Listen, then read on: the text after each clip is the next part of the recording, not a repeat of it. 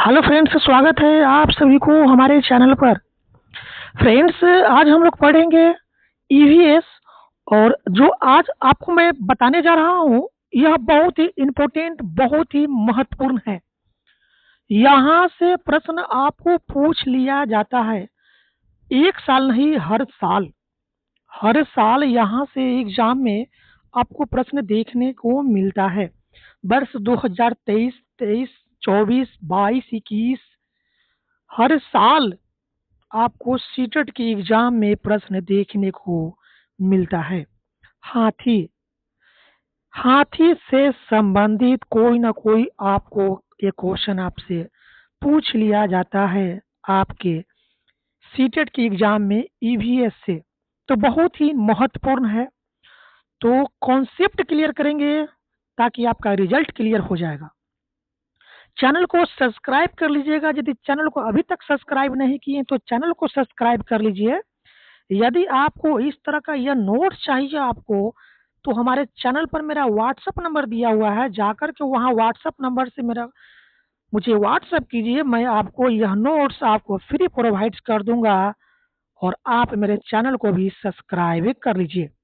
तो नोट्स लेने के लिए चैनल को सब्सक्राइब कर लीजिए। मैं आपको नोट्स को प्रोवाइड कर दूंगा और अधिक से अधिक अपने दोस्तों में इस वीडियो को भी शेयर कर दीजिए ताकि जो लोग तैयारी करते हैं उनको भी इस वीडियो से लाभ मिल सके। देखिए, हाथी के बारे में पढ़ते हैं। भर भर के प्रश्न पूछता है आपके एग्जाम में। हाथी को पानी और कीचड़ में खेलना बहुत पसंद है। पहला चीज, हाथी जो होता है उसको पानी और कीचड़ में खेलना भाता है, यानी उसको पानी और कीचड़ में खेलना बहुत ही पसंद है। किसको? हाथी को। इससे उसके शरीर को ठंडक मिलता है। हाथी को पानी और कीचड़ में खेलना पसंद होता है। क्यों? क्योंकि उसको जो है इससे क्या होता है, शरीर को ठंडक मिलती है। हाथी के कान पंखे जैसे होते हैं। ठीक है, प्रश्न पूछ लिया गया था आपके एग्जाम में, किसके कान पंखे जैसे होते हैं। तो याद रखिएगा, हाथी के जो कान होते हैं पंखे जैसे होते हैं। पंखे जैसे कहने का मतलब है कि देख सकते हैं यह जो हाथी का कान है बड़े होते हैं और इस कान से क्या है, हवा हिला करके वो हवा करता है। कान को हिलाकर क्या करता है? हवा करता है। यानी इसका जो कान होती है पंखे जैसे होता है। गर्मी लगने पर हाथी अपना कान हिलाकर हवा करता है। ठीक है, जो बात मैं अभी बताया आपको कि इसका कान बड़ा होता है, जो कि इसी कान को हिलाकर के वो क्या करता है, हवा करता है। जिससे क्या है, उसको कान हिला करके हवा करता है, जिससे वो गर्मी क्या है, गर्मी जब लगती है तो कान को हिला करके वो हवा करता है। यानी इसका कान जो होता है वह पंखे जैसे होता है। 3 महीने का हाथी का जो वजन होता है वह 200 किलोग्राम होता है। इस बात को भी आप याद रखिएगा। 3 महीने के जो हाथी का जो बच्चा होता है, ठीक है, उसका वजन कितना होता है? 200 किलोग्राम होता है। ठीक है, 2 क्विंटल भी कह लीजिए। कहीं कहीं 200 किलोग्राम न लिखकर के 2 क्विंटल भी लिखा रहेगा, तो वही होता है। 3 महीने हाथी का जो वजन होता है, 3 महीने का हाथी का जो वजन होता है वह 2 क्विंटल यानी 200 किलोग्राम होता है।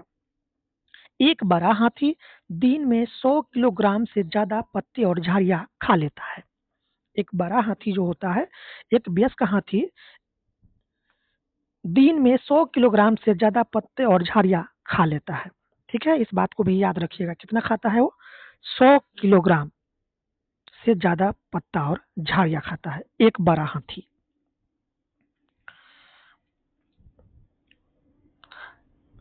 हाथी बहुत कम आराम करता है। एक दिन में केवल 2 से 4 घंटे ही सोता है।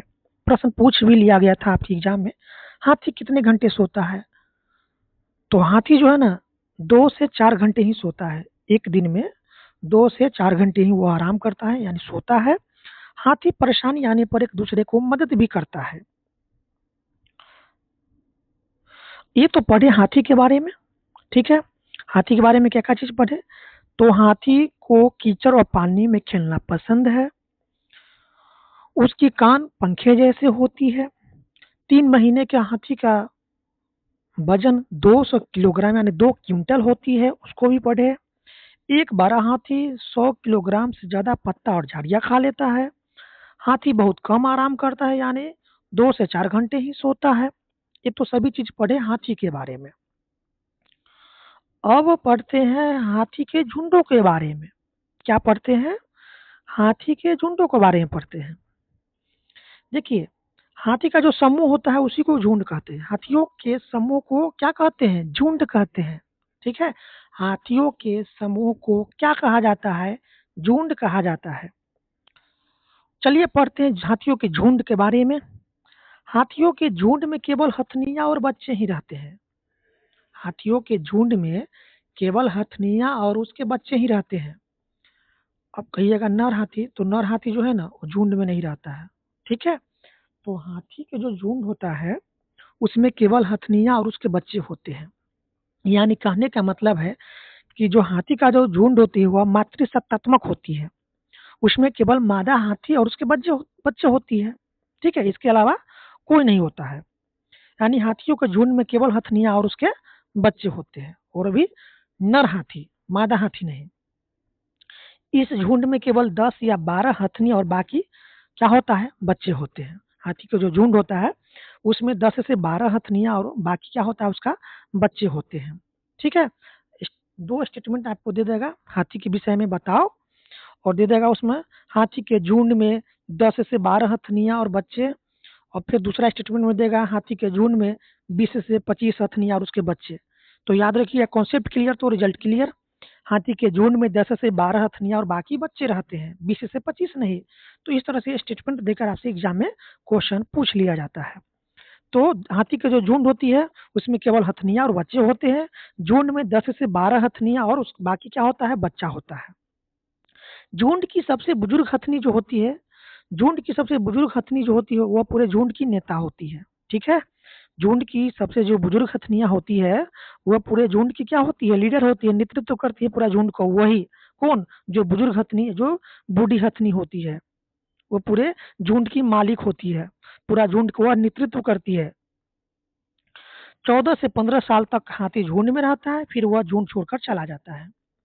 ठीक है, 14 से 15 साल तक हाथी जो है ना झुंड में रहता है, उसके बाद क्या है? झुंड को छोड़ देता है और क्या है? वह अकेले रहता है। ये अपने नर हाथी के समूह में रहता है। ठीक है, इस बात को भी याद रखिएगा।